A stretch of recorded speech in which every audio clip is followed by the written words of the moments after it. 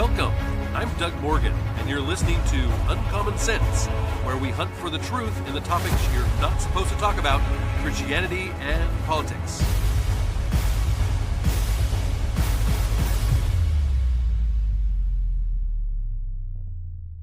Once again, you are tuned in to our FOMO Friday report, and this is where we bring you the stories of the week, and we want you to be informed. We don't want you to have that fear of missing out, so we bring you the stories of the week.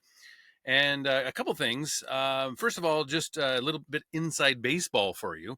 I am recording this on Wednesday evening, and it's a little bit early. But for family obligations, this is what we'll have to do this week.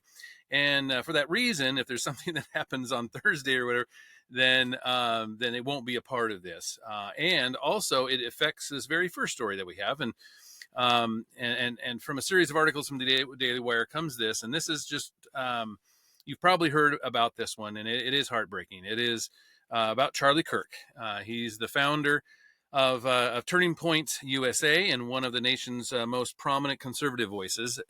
You probably know him from his videos and his YouTube channels, his willingness to go onto college campuses and to just basically have a talk and sometimes debate with different people that are willing to have that. Well, Charlie Kirk was shot dead Wednesday while giving a speech at Utah Valley University. Turning Point USA Chief Operating Officer Justin Shreve confirmed Kirk's death in an email to TPUSA staff. And it read this. It said, quote, "It is with a very heavy heart that we, the Turning Point USA leadership team, write to notify you that earlier this afternoon, Charlie went to his eternal reward with Jesus Christ in heaven." President Donald Trump also confirmed Charlie Kirk's death and called him a legendary figure. Quote, "The great and even legendary Charlie Kirk is dead. No one understood or had the heart of the youth in this United States of America better than Charlie." That's what Trump wrote. And he said that he was loved and admired by all, especially me. And now he is no longer with us. Millennia and my sympathies go out to his beautiful wife, Erica, and family. Charlie, we love you. So at this point, it doesn't appear that they have the perpetrator and the shooter in custody. It looks like it was an assassination. Well, we know it was assassination, but something from like a sniper type of scenario. And so we'll see. They initially had some reports that they had somebody. It doesn't look to be the case at this point. And so anyway, we'll be doing more. I'm sure I'll be doing a whole podcast on this, and we'll, but that'll be at a later date. And so that unfortunately is what we had to lead off with, and it doesn't get better, unfortunately, with our next one, and that is that 10 North Carolina Republican representatives, led by Representative Tim Moore, Republican from North Carolina, called on Tuesday for the removal of Magistrate Judge Teresa Stokes, who released 14-time offender, the Carlos Johnson Jr., before he murdered Ukrainian refugee Irina Zarutska. Now, Moore shared a letter signed by 9 of his colleagues in which he called on the Chief Judge, Roy Wiggins, to begin formal removal proceedings against Stokes, saying that her decision to release Johnson, based solely on his written promise to return for his next court date, had been, at best, reckless. Quote, "Despite his history of violent and unstable behavior, Magistrate Stokes released Brown without requiring bond, or imposing any meaningful conditions to safeguard the public, is what the letter read. This reckless decision had devastating consequences. And this is, of course, he's referring to the murder. Miss Zaruska's murder was not only a profound personal tragedy, but also a direct result of a failure of judicial responsibility. Magistrate Stokes displayed a willful failure to perform the duties of her office and engaged in conduct prejudicial to the administration of justice. Now, Moore added a brief caption to the letter, which he posted on X, saying, "Today I led a letter calling for the removal of Magistrate Judge Teresa Stokes, who released a 14-time offender who went on to murder this woman in Charlotte. This tragedy was preventable. There must be accountability. North Carolinians deserve better." Johnson, who was also reportedly struggling with mental health issues, sat behind her on a light rail train in Charlotte, and while she sat quietly, just simply looking at her phone, she had her hoodie up and that type of thing. He stood up right behind her and stabbed her at least once. It looks like probably 3 times in the neck. And he then walked calmly to the door, removing his sweatshirt as her blood dripped onto the floor, and she collapsed in her seat and bled out. So, yeah, a couple of things there that really are hard. I would just simply ask this. In both cases, I would ask that you just simply pray for the families. We know, at least in Charlie's case, that he's in a better place today. He is with our Lord, but nevertheless, it's going to be very difficult for his family and his friends, her family, her friends, and the rest of us. We're going to miss him. So anyway, couple of difficult things and really things to pray about. But let's focus a little more on something that seems to be a little more positive. Can we? After scrapping their logo design due to public outcry, Cracker Barrel is now also backtracking on their plans to renovate their restaurants as well. The company made the announcement via social media when it said, quote, "You've shared your voices in recent weeks, not just on our logo, but also on our restaurants." This is what the statement said. And it said, "We're continuing to listen. Today, we're suspending our remodels. If your restaurant hasn't been remodeled, you don't need to worry. It won't be. With our recent announcement that our old-timer logo will remain, along with our bigger focus on the kitchen and on your plate, we hope that today's step reinforces that we hear you," unquote. Well, this caving to public outcry came not long after the company decided to scrap their pricey and much maligned logo overhaul and reinstate their old-timer mascot back to his place beside the barrel. This decision was made after the company their stock prices plummeted, and social media buzz drew a lot of criticism. The company's board, led by CEO Julie Massino, ignored warning signs and criticism for months ahead of the announcement that they were ditching the old logo and giving stores a more modern look.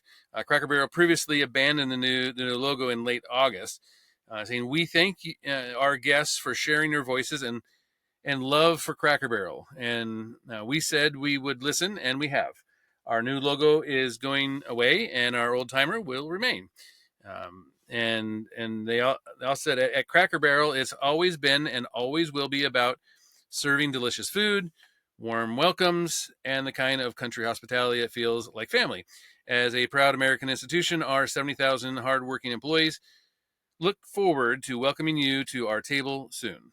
So, yeah, this is this was something that they absolutely needed to do. It was part of our go broke segments, and it was just a terrible decision in the first place, and they have had to backtrack. The logo reversal came as just hours after Donald Trump suggested it. Cracker Barrel, as he said, should go back to the old logo, admit the mistake based on the customer's response, and manage the company better than ever before. That's what he shared on Truth Social. He also said that they got $1 billion worth of free publicity if they play their cards right. Very tricky to do, but a great opportunity. Have a major news conference today. Make Cracker Barrel a winner again. Remember, in just a short period of time, I made the United States of America the hottest country anywhere in the world. 1 year ago, it was dead. Good luck, he said. So, anyway, it looks like they're making strides in that direction. And focusing a little more on a little bit different direction here, and an assistant high school coach, and he's a high school football coach who is also a school resource officer in Clarksville, Tennessee, was removed from the coaching staff over complaints that he was proselytizing to players. Well, his name is Trey Campbell, and he's a volunteer assistant coach for Northwest High School. And he was escorted out of a game this week at halftime by the school's principal after he was holding a Bible and leading players in prayer. And this according to local news outlets. Now, Clarksville said that Campbell, a deputy with the Montgomery County Sheriff's Office, was also placed on leave, on paid leave, from his job as a SRO at the school. The Clarksville Montgomery County school system said that it has received complaints about Campbell doing more than just leading players in prayer, and was attempting to convert players to his faith while in his official capacity as school employee. The school district said it is currently investigating the incident, and made a statement saying that it's my understanding that the concern was not with private prayer, but that the principal received a concern that an employee was proselytizing in their official capacity. We will investigate, and I can share more when the investigation has concluded. We are not able to conduct interviews or comment further until after the investigation has concluded. Well, according to the school district, multiple witnesses observed and video footage collaborated Campbell spending significant time throughout the game on the sidelines with players and other students, quoting scripture, holding a Bible up to spectators, and leading prayer. The school district alleged that Campbell became visibly emotional and confrontational when he was asked to keep his prayers private. This district added that, however, multiple witnesses stated that when asked to stop causing a disruption and to put his Bible away, Campbell stated loudly that I can't do it, won't do it, and my job is to save these babies. Well, the district said that witnesses found Campbell's behavior this last Friday uncharacteristic, adding Campbell has otherwise been an outstanding SRO and a coach and valued member of the Northwest High School community. He has built positive relationships with students and families and staff, and has contributed to the safety and well-being of the school. Montgomery County Sheriff John Fusen told Clarksville Now that the department firmly stands behind any citizen who chooses to lawfully exercise their constitutional rights, and this includes our employees. As a man of faith, I was exceptionally and equally concerned about the initial information regarding this and how it appeared to have been handled. Well, the sheriff, however, acknowledged that there are always two sides to consider, referring to the school district's review of the incident involving Campbell. And the deputy was placed on leave for a couple of paid days off to process all of this, according to the sheriff. So yeah, we'll be keeping an eye on this one. This kind of is somewhat similar maybe to the one that happened in Oregon, that went all the way to the Supreme Court recently, and the Supreme Court sided with the football coach. But in this case, he may have been doing this on school time. That may be the difference here. We'll definitely have to keep an eye on it and see what they say. Going to another story on that this was an actual investigation by the Daily Wire, and it's a little bit, how are we going to put this, a little bit concerning. A shadowy for-profit, okay, so this is not a nonprofit, it's a shadowy for-profit company and its nonprofit counterpart provide free services to at least 40 far-left prosecutor offices, raising questions about whether it's working on behalf of taxpayers or of donors who have essentially bought the government. So the group is called the WREN, that's WREN, the WREN Collective, and it's a shadowy group that emerged from the Cold War era initiative aimed at promoting Soviet films in the United States. That was how it began.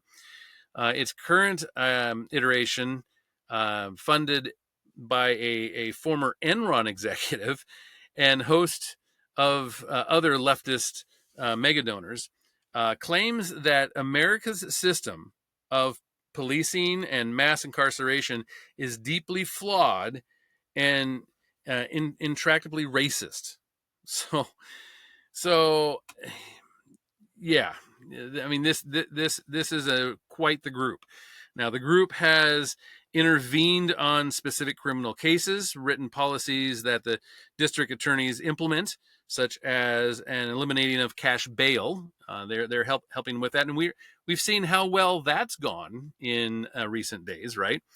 And strategized with at least one district attorney to mobilize activists to pressure judges who stood in the way. So we know that there's a lot of terrible DAs out there, and many that have been elected by left-wing organizations in order to not prosecute individuals and to let them go.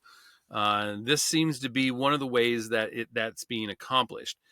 Now, this is according to new research from the Law Enforcement Legal Defense Fund, which used public records laws to secure tens of thousands of communications between leftist prosecutors and WREN. Email suggests that the collective gets funding from donors contingent on government offices agreeing to do the group's bidding, even demanding proof that an office is following WREN's recommendations in order to satisfy donors. Those same donors often bankrolled the district attorney's election campaign. Imagine that. Everybody's shocked, aren't they?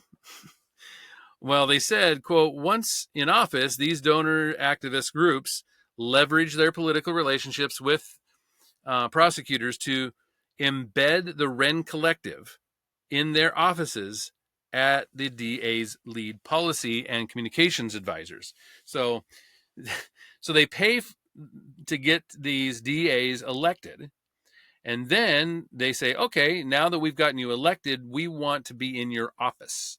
And so they embed these people into the offices, the DA's offices. Quote, the WREN Collective, a single obscure consulting group, could only make policy for dozens of progressive prosecutors' offices and nearly 50 million Americans if those district offices understood the group's help was strongly suggested by their shared political donors and allies. And it added that WREN's fiduciary duty and client loyalty remained with their political and nonprofit donors, the same donors who got them hired as unpaid policy and communications consultants to the elected prosecutors. So yeah, this is definitely something that we'll keep an eye on. I mean, we know that the George Soros funded groups have been targeting these DAs all over the country and getting them elected. And then once elected, what do? They don't prosecute criminals. And moving to another story, your kids are probably just starting school, unless you're in a public school district like where we're living, where they're on strike. But anyway, beyond that,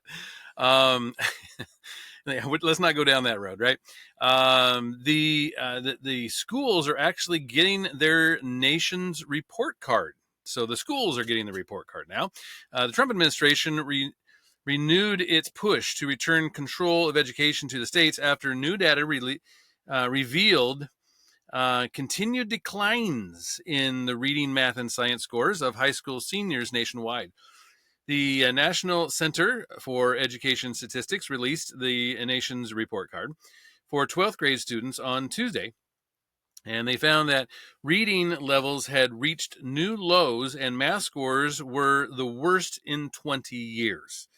Secretary of Education Linda McMahon said that the numbers confirmed a devastating trend of American students testing at historic lows. Quote, despite billions of federal spending and countless well-intentioned programs, the achievement gap between students is widening, not shrinking. And this trend did not begin with COVID.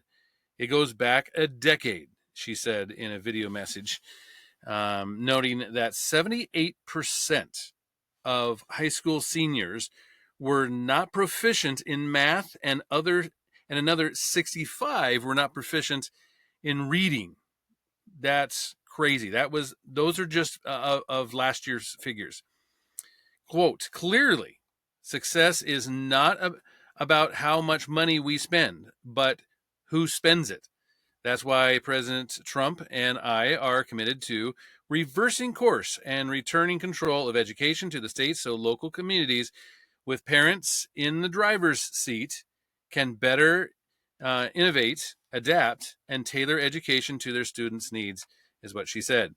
The National Report Card is an ongoing assessment of what American students know about various subjects, providing a nationwide snapshot of trends and measuring student performance. So yeah, this is not good. It's not shocking. It's not even surprising because this is the trend that's been happening for years. And this is another reason, in my estimation, that you need to get kids, if you have kids in the public school system, you need to get them out of the public school system. Again, I am a former chair of a local school board. I understand the workings of how things happen, and it's just not good in almost every single case. There's so much; it's going in such the wrong direction. Even from when I was on a school board, it is going in the wrong direction. And if you are at all concerned about your kids getting an education that is worth something, that is going to help them in the real world, then they have to go with an alternative to public schools, and whether that be homeschooling, like we do, or maybe it might be private schooling, charter schools, online schools. There's a lot of different options in today's world, and these scores just show why it is important to make yourself available of those options. Speaking of Trump and schools, President Donald Trump said on Monday that he would take action to protect students' rights to pray at public schools. Trump made the announcement during the second official hearing of the Religious Liberty Commission, which we spoke about, I believe it was last week, if I remember right, and where the commission was at the Museum of the Bible. The focus of the hearing was on religious liberty and public education, featuring testimony from students who claimed their religious beliefs were challenged at school. Quote, for most of our country's history, the Bible was found in every classroom in the nation. Yet in many schools, today's students are instead indoctrinated with anti-religious propaganda, and some are even punished for their religious beliefs, Trump said. Trump appointed a young girl from Texas named Hannah Allen, who was reprimanded for meeting with a group of her classmates during lunch to pray for an injured friend. Quote, to support students like Hannah, I'm pleased to announce this morning that the Department of Education will soon issue new guidance protecting the right to prayer in our public schools, Trump said. What the guidance will look like is not clear. The Supreme Court recently ruled in favor of a high school football coach from Washington who was fired for leading voluntary prayers on the field after games.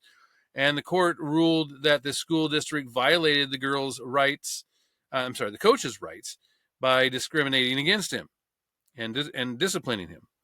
The new protections for prayer come as the Trump administration on Monday rolled out an America Prays initiative to encourage Americans to meet with 10 others once a week to pray for the country. During the hearing, Trump he also said that his administration would work to get answers about the attack on the Catholic school in Minnesota that happened last month by a transgender identifying male and that type of thing. So a lot of really interesting things coming out of that Religious Liberty Commission. And we'll stay on top of that as we have been to this point. And we'll make sure that we can let you know and get you informed on what is happening with that commission. Well, with all of the, kind of a heavy week, I guess, on FOMO Friday, I wanted to kind of end with this. Police in Germany, and this comes from Ben Hooper of the UPI. Police in Germany were called to an apartment building on a report that someone repeatedly ringing the doorbell late at night and discovered the ding-dong ditch culprit was a slug. yeah, it was a slug. Residents of the building in Sawabach, Bavaria, called police when their doorbells were repeatedly triggered late at night, suggesting local youths to be behind the prank. And residents said they were especially uneasy because whoever was ringing the doorbell was not triggering the motion sensor cameras outside their front door. So they're like, what is going on here?